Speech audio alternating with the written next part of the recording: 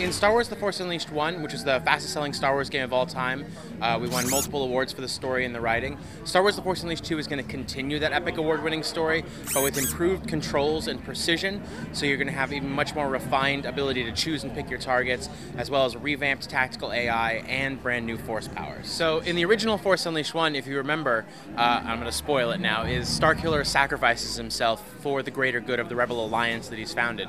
This was a huge challenge for us, obviously, to bring this character back after having him visibly dead in our first game. But fortunately, the Star Wars universe provides a couple of really great methods for doing this. So we actually opened the game on the water planet of Kamino, which, as many people know, is the source of the clone army. And when we open the game, Starkiller is again in Vader's control, but Vader is telling them that he's a clone, one in a series of failed clones, and that he still is also failing. And he's haunted by these memories and these emotions of his past. But we throw a lot of doubt on that right away, so it's really up in the air, and Starkiller himself really doesn't know who he is. Confused, you have become Weak and misguided. Hide not from yourself. Accept the certainty Confront your fear. that all is lost. Will I ever see you again? We took a really close look at our targeting and our camera systems, and we really tuned them, and through a lot of really close work with some really hardcore gamers and some casual gamers, tuned them to really be the best they can be, and so that they're really tight and precise.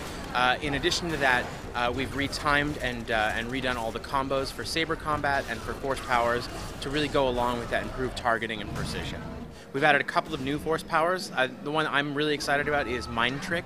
Now, just like we've reimagined all the other force powers in The Force Unleashed, so Force Push is much bigger than you've ever seen it before. Our version of Mind Trick is definitely the unleashed version of Mind Trick.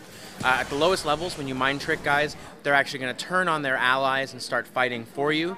Some of them, the even really weak-willed ones, will make a beeline for the nearest ledge and leap over, or they will actually throw themselves into a hazard, like a spinning fan, or a big giant hot engine.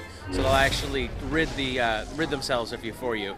And then at the highest levels, when you get that all the way ranked up, the mind-tricked enemies are actually going to turn into living force bombs. They'll go running into their own troops, and they'll explode with force energy. In addition to that, there's Force Fury, which, more than just being a new force power, is a new mode. You can trigger it for short periods of time after you've built up your Force Fury meter.